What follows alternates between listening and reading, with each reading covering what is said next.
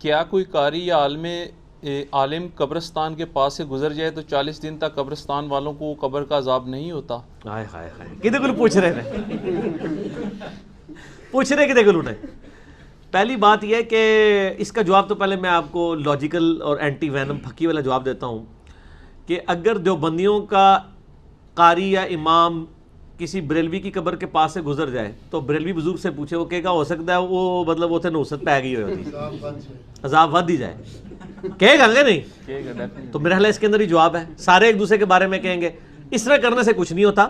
دعا کریں۔ البتہ صحیح مسلم میں ایک حدیث ہے، بخاری میں بھی ہے لیکن مسلم میں ذرا ڈیٹیل ہے کہ ایک عورت مسجد نبوی کی صفائی کرتی تھی، راتوں رات فوت ہوئی، صحابہ نے نبی علیہ السلام کو بتایا بغیر دفنا دیا۔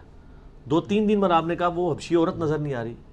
تو کہا گیا رسول اللہ فوت ہو گئی تھی، ہم نے آپ کے آرام میں خلل سمجھا اس لیے ہم نے آپ کو انفارم نہیں کیا۔ آپ نے فرمایا مجھے اس کی قبر پہ لے جاؤ، قبر پہ گئے، قبر پہ جا کے جنازہ پڑھا، پھر جنازہ پڑھ کے آپ نے فرمایا صلی اللہ علیہ وآلہ وسلم یہ قبریں اندھیروں میں ڈوبی ہوئی تھی، میرے جنازہ پڑھنے کی برکت سے اللہ نے ان کو نور سے بھر دیا۔ لیکن یہ نبی علیہ السلام کی خصوصیت ہے، اور وہ بھی جنازہ پڑھا تھا،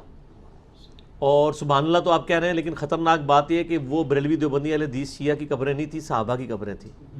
کیونکہ نور سے کافر کی قبر تو نہیں بھری جا سکتی، نبی کی دعا سے بھی، کیونکہ سورہ توبہ میں ہے کہ نبی 70 دفعہ بھی مغفرت کی دعا کرو ہم نہیں قبول کریں گے۔